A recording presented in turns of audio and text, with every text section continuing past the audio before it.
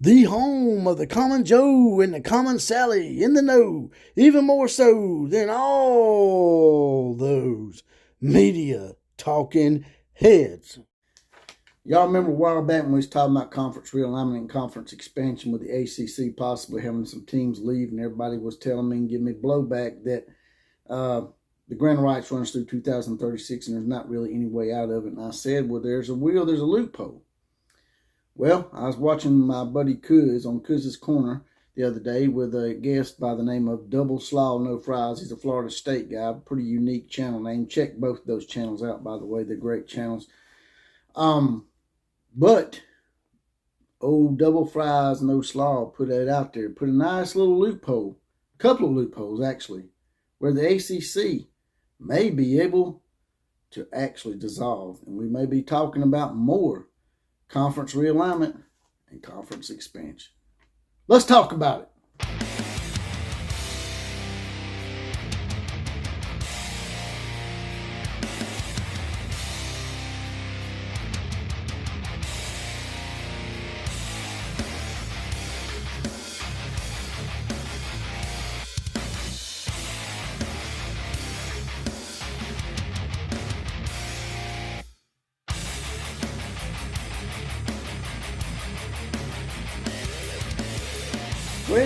Well, here we go again.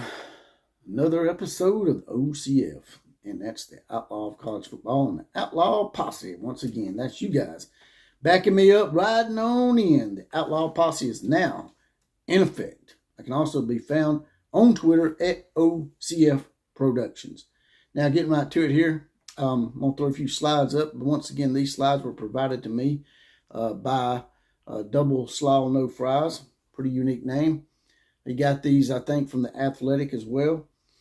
And in these slides, it shows that there is actually a few loopholes that could get a lot of these teams out of the ACC that are no longer wanting to be a part of the ACC because they see where college football is going. And it looks like that it's not just, it's going to go to, I would say, at most 3 conferences in the future. I'd say in 10 to 15 years, you're going to have 3 mega conferences that are going to be controlling college football, that being the Big Ten, the SEC, and maybe the Big 12. Now, it may microcosm down even further to just 2 conferences, but I hope that's not the case because I like the parity of college football. I like all the pageantry and the numerous teams and flavor and variety that you get with college football as opposed to the NFL, who only has, 32 teams. But as you can see in these slides, the ACC exit fee is $420 to $720 million. Now, that sounds like a lot of money, but long term, if Clemson and Florida State were in the SEC, from the calculations that I've got right here, if you move on down to this next slide, coming up, there's a way to get around that exit fee. If the league dissolves on its own and the grant of rights dissolves with it, then things will make it be a lot easier to get in and out of this grant of rights for these teams that want to get out. And what they were talking about on Cuz's Corner was the fact that you can get 4 teams that really won't have bad enough, that being Clemson, Florida State, Miami, and possibly North Carolina. They could get with 4 other teams, and that would make 8. And the rule is that they need 8 teams. They need a majority to dissolve the grant of rights. And at that point, the payout would be exponentially smaller from what I'm understanding. And those 4 teams could tell 4 other teams that, hey, if you come with us and we get out of this thing, we might be able to offset some of your penalties and help you out. And that would probably expedite matters quite profusely. Now, the ACC may not dissolve as a whole as a conference. The remaining 7 or 8 teams in the conference may continue on, and they may go out and add a bunch of non-Power 5 schools like the Big 12 did. That is a possibility in the future. But if they can get to these 8 teams, then we could see a massive shakeup in college football before the year 2030 or 2031, in my opinion. As you can see, I'm going to throw some more slides up here. The Big 12 versus the ACC.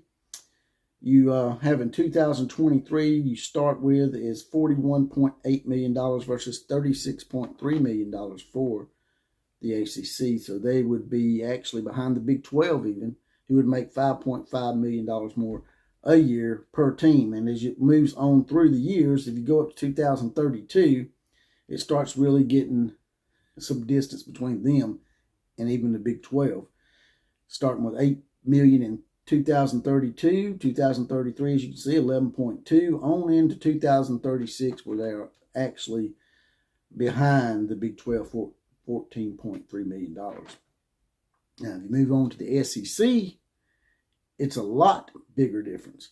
The SEC versus the ACC in 2023, it's already 56.0 versus $36.3 million. That's a $19.7 million difference, almost $20 million. And then as you move on up, it gets really, really bad as far as the distance between the two conferences. In 2025, all the way through 2032, you're going to see that it's $35.3 to $53.4 million per year.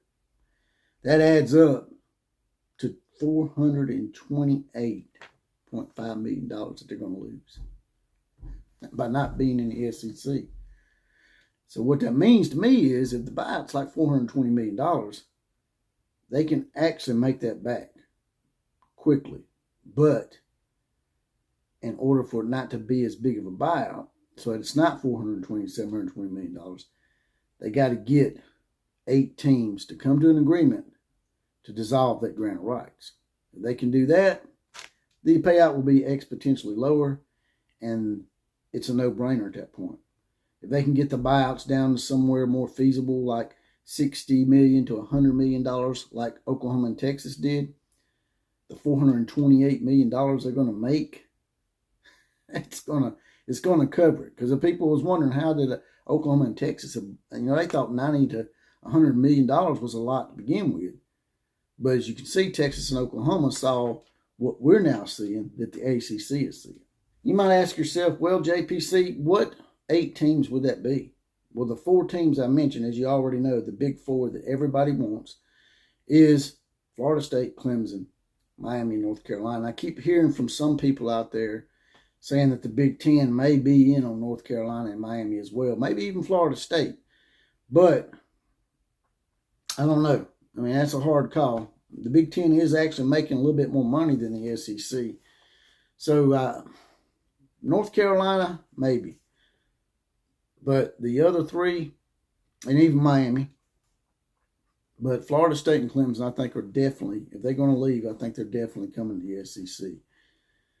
So once you get those 4 teams lined up, who's the other 4 teams that's going to come with them that's going to try to exit as well? Well, the first ones that come to mind to me are NC State, maybe Virginia, Virginia Tech, Georgia Tech, Duke. That's 5. And then you have Boston College and Syracuse as well, Wake Forest, but Virginia Tech, I don't know if I mentioned them.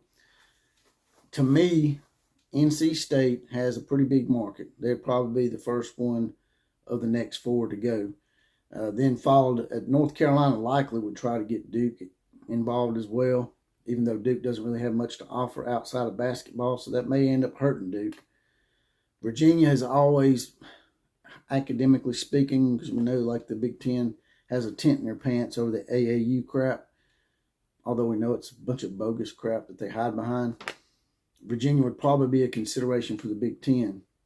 Now, the rest of the league, as it stands, they would either have to reform the ACC, sort of like the Big 12 did, or you would probably see some of them end up in the American Conference, American Athletic Conference, or maybe even Conference USA at that point, like Syracuse and Boston College.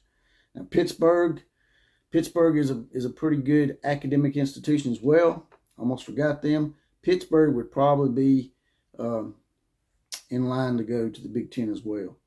So, in my opinion, the next 4 would be NC State, Virginia, maybe Georgia Tech, and then Pittsburgh.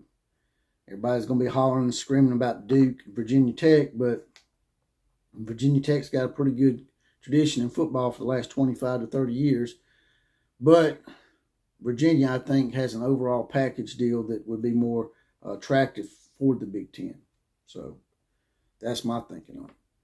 You guys and gals tell me what you think about all that. Who would be the 8 teams that you think would leave the ACC to dissolve this grant of rights?